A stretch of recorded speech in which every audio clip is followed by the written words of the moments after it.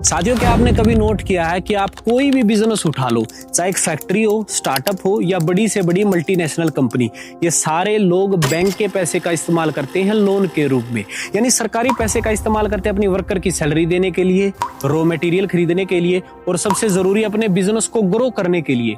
वही भारत का किसान आज भी लोन के नाम से डरता है।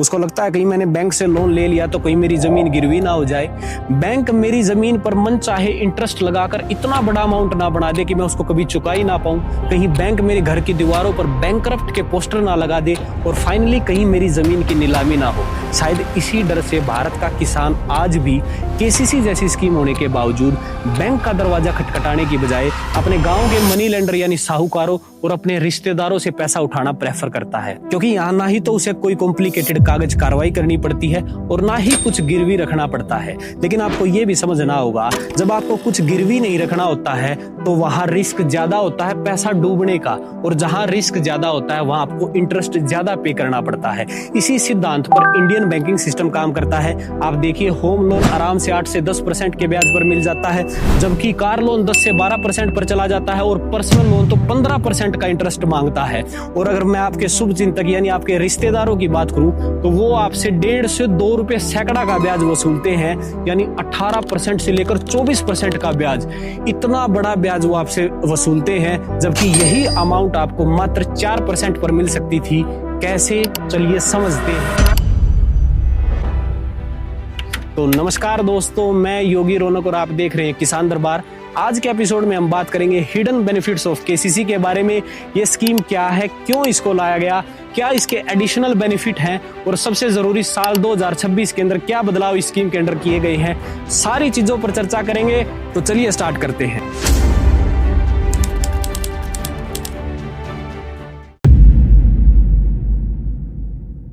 तो साथियों, अब हम समझते हैं व्हाट इज केसीसी। केसीसी होता क्या है? केसीसी की फुल फॉर्म होती है किसान क्रेडिट कार्ड। अब किसान क्रेडिट कार्ड क्या होता है, समझने के लिए पहले आपको क्रेडिट कार्ड समझना होगा। मान लेते हैं मैं एक बिजनेस स्टार्ट करता हूं लड्डू बनाने का। मेरे पास फिलहाल 1 लाख रुपए हैं एज ए वर्किंग कैपिटल, जिसको मैं इस्तेमाल कर सकता हूं। तो 1 लाख रुपए के जितने लड्डू बन सकते थे मैंने लड्डू बना लिए। अब मेरे को इन लड्डू को बेचना है, तो मैं क्या करता हूं, मेरे शहर में जितने भी रिटेलर्स बैठे हैं, शॉप ओनर बैठे हैं, मैं उनको मेरा लड्डू बांट देता हूं कि तुम इसको बेचो। अब ये रिटेलर बड़े चालाक होते हैं, ये कहते हैं सर हम आपका लड्डू बेच तो देंगे, लेकिन जो इसका पैसा हम आपको तब देंगे जब हमारा लड्डू बिक जाएगा, तो उसके लिए आप हमारे को एक स्पेसिफिक टाइम पीरियड दो। इसी टाइम पीरियड को बोला जाता है क्रेडिट पीरियड। हर बिजनेस के हिसाब से अलग होता है। किसी बिजनेस में क्रेडिट पीरियड 30 दिनों का होता है, किसी में 60 दिनों का और किसी बिजनेस में तो 90 दिनों का होता है। अब क्या होता है, इस दौरान एक बिजनेसमैन का पैसा ब्लॉक हो जाता है, यानी कि उसकी वर्किंग कैपिटल फंस जाती है। तो यहां रोल आता है बैंक का। बैंक क्या करता है, हमारे बिजनेस के हिसाब से क्रेडिट लिमिट बना देता है कि देख भाई, तेरा लड्डू का काम है तो तेरे को 3 लाख रुपए की जरूरत पड़ेगी, तो मैं 3 लाख रुपए तेरी लिमिट सेट कर रहा हूं। वो हमारे को एक क्रेडिट कार्ड दे देता है। अब जब भी मेरा पैसा ब्लॉक होगा, मैं इस कार्ड में से अपनी जरूरत के हिसाब से पैसे निकाल सकता हूं और उस पैसे को मैं मेरे वर्कर की सैलरी देने के लिए, दोबारा रॉ मटेरियल खरीदने के लिए, दोबारा लड्डू बनाने के लिए इस्तेमाल करूंगा, जब तक मेरा वो पैसा नहीं आता है। और जिस दिन मेरा वो पैसा आएगा, मैं क्रेडिट कार्ड में अपने खाते में पैसा वापस डाल दूंगा। जो मेरा ब्याज पहले 8.5% लग रहा था, अब वो ब्याज लगना बंद हो जाएगा। तो ये बिजनेस को ग्रो करने के लिए, उनकी मदद करने के लिए मुहिम चालू करी गई थी। अब सवाल यहाँ ये खड़ा होता है, क्या किसानों को क्रेडिट लिमिट की जरूरत नहीं है? बिल्कुल जरूरत है।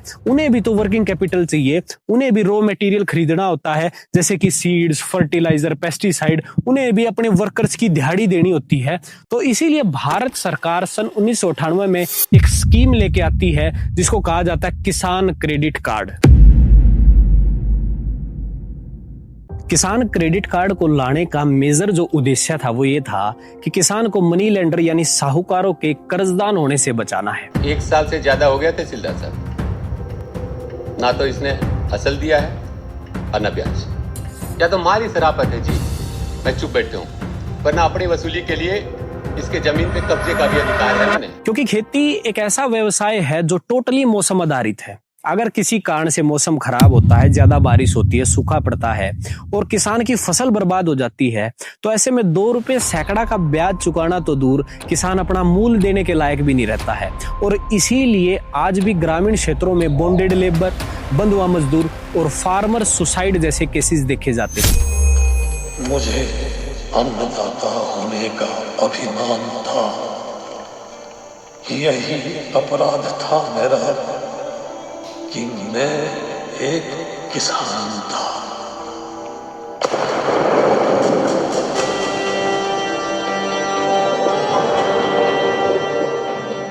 अगर मैं 2023 के आंकड़ों की बात करूं तो 10,786 ये वो आंकड़ा है जितने किसान भाइयों की सुसाइड हुई, और आप यकीन नहीं करेंगे इसमें से 95% वो किसान हैं जो डेब्ट यानी कर्ज तले दबे थे।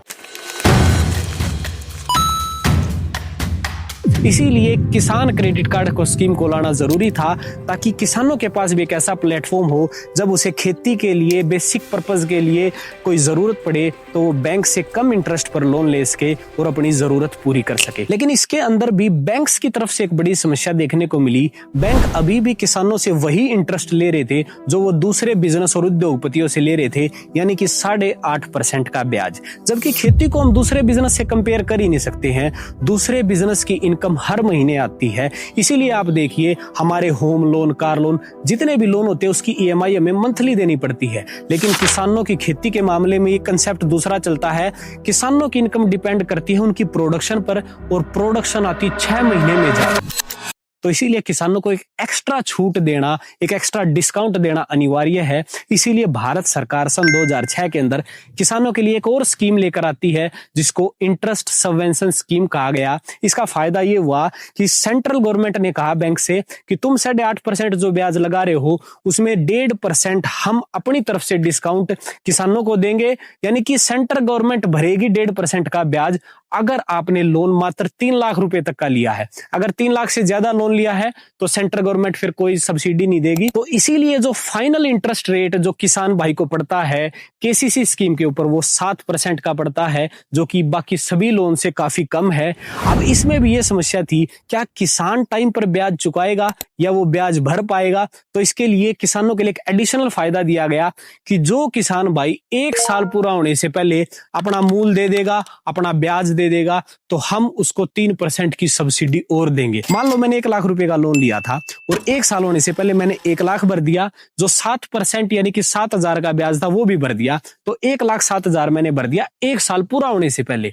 अब सरकार क्या करेगी, मेरे खाते में 3% की सब्सिडी डाल लेगी, यानी कि 3,000 रुपए डाल देगी। तो मेरे को जो फाइनल ब्याज हुआ यानी कि 4,000, यानी कि केवल 4% का इंटरेस्ट रेट। तो इसीलिए KCC स्कीम किसानों के हित में लाई गई, ना कि उनके खिलाफ। अब हम समझते हैं KCC अप्लाई कैसे किया जाता है। सबसे पहले आपको क्या करना है, आपके अपने नियर बाय गांव के अंदर जो भी ग्रामीण बैंक है आपको वहां जाना है। अगर आपका बैंक अकाउंट नहीं है तो सबसे पहले बैंक अकाउंट खुलवाना पड़ेगा और ब्रांच मैनेजर को बोलना है कि मैं ऐसे ऐसे KCC अप्लाई करना चाहता हूं। तो वो सबसे पहले आपको बोलेंगे सिविल स्कोर चेक करने के लिए। अब सिविल स्कोर क्या होता है कि बैंक पहले सुनिश्चित करेगा कि आपने कहां से लोन लिया है, किसी और बैंक से लोन तो नहीं लिया था, और अगर लिया भी था तो क्या वो आपने टाइम पर चुकाया है या नहीं चुकाया है। तो ये सारा स्कोर करके आपका सिविल स्कोर बनता है। अगर सिविल स्कोर अच्छा हुआ तो ब्रांच मैनेजर आपको बोलेगा कि ठीक है आप KCC के लिए अप्लाई कर सकते हैं। CIBIL score basically bank 2 agency से चेक करवाता है उसको श्योरिटी के लिए, और उसकी एक लिमिटेड सी फीस होती है, 200 से 300 रुपए हैं जो आपको पे करने होंगे। उसके बाद जो आपको डॉक्यूमेंट जमा करने हैं, सबसे पहले आपको OVD ऑफिशियल वेरिफिकेशन डॉक्यूमेंट इसको बोला जाता है। इसमें कोई भी आपका एड्रेस प्रूफ, आधार कार्ड हो गया, पैन कार्ड हो गया, या फिर आपका वोटर कार्ड हो गया, और कुछ आपकी फोटोज ये जमा करानी होगी। फिर बैंक आपको बोलेगा कि आपको अपनी तहसील में जाके 2 डॉक्यूमेंट और लेके आने हैं। एक होती है जमाबंदी और दूसरी होती है हमारी गिरदावरी। जमाबंदी को फर्द बोला जाता है बेसिकली जमीन की। इसका बैंक क्या करता है, बैंक ये सुनिश्चित करता है कि इस किसान के नाम एक्चुअल में जमीन नाम है भी या नहीं, और कितनी जमीन है, 1 एकड़ है, 2 एकड़ है, और उस जमीन पे खेती कितने एरिया में हो रही है। कहीं ऐसा तो नहीं है उस जमीन पे कोई रोड बना हुआ है या कोई मकान बना हुआ है, खेती का एरिया कितना है ये सुनिश्चित करेगा। दूसरी वो गिरदावरी चेक करेगा। गिरदावरी बेसिकली ये बताती है कि उस जमीन पे खेती कौन सी फसल की हो रही है। अब ये जानना क्यों जरूरी है, क्योंकि KCC एक क्रॉप लोन है, ना कि एक लैंड लोन है। अब आप इसको समझिए, जो गाइडलाइन सरकार के द्वारा दी गई है, अगर किसान भाई 1,60,000 तक का लोन लेता है तो उसको क्रॉप लोन कहा जाएगा, यानी कि बैंक का कब्जा आपकी फसल पर है, ना कि आपकी जमीन पर। इसको हाइपोथिकेशन बोला जाता है बैंकिंग टर्म में। लेकिन अगर आपने 1,60,000 से ज्यादा लोन लिया है तो बैंक का कब्जा हाइपोथिकेशन भी है आपकी फसल के ऊपर, साथ में आपकी लैंड पर भी कब्जा है, उसको मोर्टगेज लोन बोला जाता है। अब कुछ किसान भाई सवाल करते हैं कि हम 1 एकड़ के ऊपर कितना पैसा बैंक से ले सकते हैं। तो इसको आपको समझना होगा कि बैंक आपकी लिमिट कैसे डिसाइड करता है, वो डिपेंड करता है आपकी फसल पे। मान लो एक गेहूं धान की खेती का किसान है, तो बैंक अंदाजा लगाएगा कि इन दोनों फसलों को उगाने में किसान का खर्चा कितना आता है। जो डाटा बैंक के पास ऑलरेडी होता है उसमें वो धान के जो पैसे कैलकुलेट करता है 44,000 और गेहूं के करता है 33,000। यानी कि अगर हम 44,000 और 33,000 को जोड़ते हैं तो अंदाजा लगाता है कि 77,000 कॉस्ट आ रही है किसान की। वो 30% इस पे एडिशनल लोन देता है, यानी कि 77,000 को अगर आप 130% से गुणा करेंगे तो फाइनल जो आपकी लिमिट बनेगी 1,02,000, यानी कि 1 लाख के करीब बन जाएगी। लेकिन अगर आप दूसरी फसल लगा रहे हैं, यानी कि आलू की खेती कर रहे हैं, इसमें खर्चा ज्यादा आता है। इसका जो रिकॉर्ड बैंक के पास होता है समथिंग 74,000 के समथिंग खर्चा माना जाता है, तो उसी हिसाब से आपकी लिमिट बनती है। आमतौर पर आपको बस इतना समझना है कि आप जो भी लोन लेते हैं, जो भी फसल आप लगा रहे हैं, 1 लाख से लेके 1.25 लाख रुपए तक का लोन आपको इजीली 1 एकड़ के ऊपर मिल जाता है। अब जब आप ये दोनों डॉक्यूमेंट गिरदावरी और फर्द बैंक के पास लेकर जाते हैं तो बैंक इन दोनों डॉक्यूमेंट को वकील के पास भेजता है एक लीगल रिपोर्ट तैयार करवाने के लिए, क्योंकि बैंक ये भी तो सुनिश्चित करेगा कहीं किसान ने जाली कागज तो तैयार नहीं करवा ले हैं। अब वकील क्या करेगा आपसे, वो हो सकता है वो भी कुछ फीस चार्ज करे। वकील उस डॉक्यूमेंट को लेकर आपकी तहसील में जाएगा, वहां से वेरिफिकेशन करेगा और एक लीगल केस बनाएगा, एक लीगल रिपोर्ट तैयार करेगा जिसमें यह लिखा होगा इस किसान के पास इतनी जमीन है, इतने में खेती हो रही है, ये फसल लगा रखी है और इतना इसका कब्जा है जमीन का। ये फाइनली रिपोर्ट आपको लेके जानी है वकील से फिर से बैंक में और उसको दिखाना है कि लीगल रिपोर्ट आ चुकी है। जैसे ही वो रिपोर्ट पहुंचेगी बैंक आपका लोन प्रोसेसिंग स्टार्ट कर देगा और तब तक के लिए आपको रुकना होगा जब तक आपकी नई फर्द निकल के नहीं आती है। अब नई फर्द में आपको वापिस से चार्ज चढ़ के आएगा कि इस जमीन पर अब लोन चढ़ चुका है। ये फर्द जब आप बैंक में दिखाएंगे तो बैंक आपके किसान क्रेडिट कार्ड के अंदर जितना पैसा आपने लिया था 1 लाख 2 लाख 3 लाख वो किसान क्रेडिट कार्ड में डाल देगा। क्यों डाल देगा? क्योंकि जब तक पैसा नहीं डालेगा जब तक आप वो फर्द में चार्ज नहीं चढ़वाएंगे, क्योंकि बैंक ये देखेगा कि फर्द में चार्ज चढ़ा या नहीं चढ़ा। कई बार ये होता है कि फर्द में चार्ज चढ़ा नहीं और बैंक ने लोन दे दिया, तो वो लोन तो था नहीं और आपने पैसे भी ले लिए। तो इसीलिए जब तक बैंक आपके खाते में पैसे नहीं डालता है। अब सबसे जरूरी चीज जो आपको ध्यान रखनी है कि आपने लोन तो ले लिया, अब आपने जो इसका ब्याज है वो किस तरीके से चुकाना है ताकि आपको पूरी सब्सिडी मिले, आपका पैसा खराब ना हो। आप जो फाइनल जो हमने 4% ब्याज की बात करी थी उसका मुनाफा मिले, उसका एक प्रोसेस है।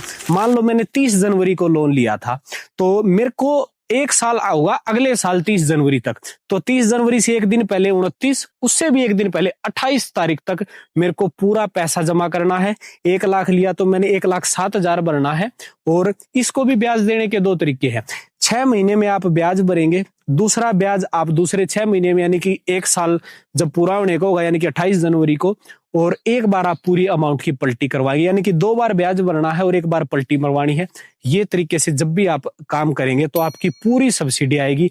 अफेक्टिव रेट ऑफ इंटरेस्ट आपका 4% लगेगा। अब किसान कार्ड तो आपने बनवा लिया, अब ये किसान कार्ड आपको हर साल कागज कार्रवाई में तंग होने की जरूरत नहीं है।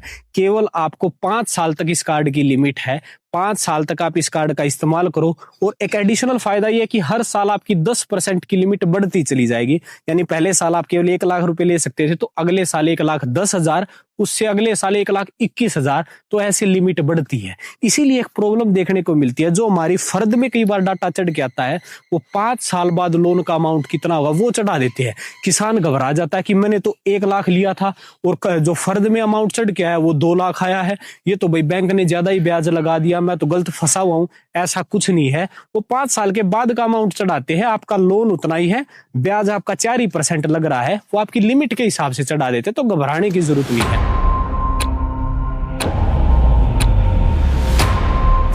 तो अब बात कर लेते हैं इस वीडियो के सबसे इंपॉर्टेंट भाग, साल 2026 के अंदर किसान क्रेडिट कार्ड स्कीम में क्या क्या आपको बदलाव देखने को मिलेंगे।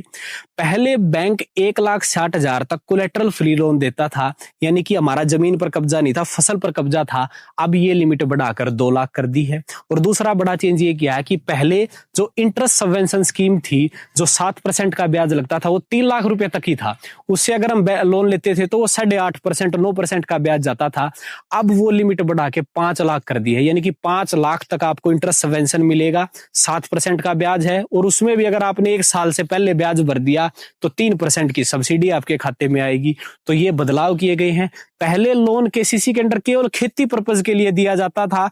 अब लोन अलाइड एक्टिविटीज, जो एग्रीकल्चर अलाइड एक्टिविटीज होती है, जैसे फिशरीज, पोल्ट्री, एनिमल हस्बेंड्री, इन चीजों के लिए भी आप केसीसी ले सकते हैं। इनमें भी इंटरेस्ट सबवेंशन स्कीम का फायदा उठा के 7% का ब्याज लगेगा, सब्सिडी वापस आएगी।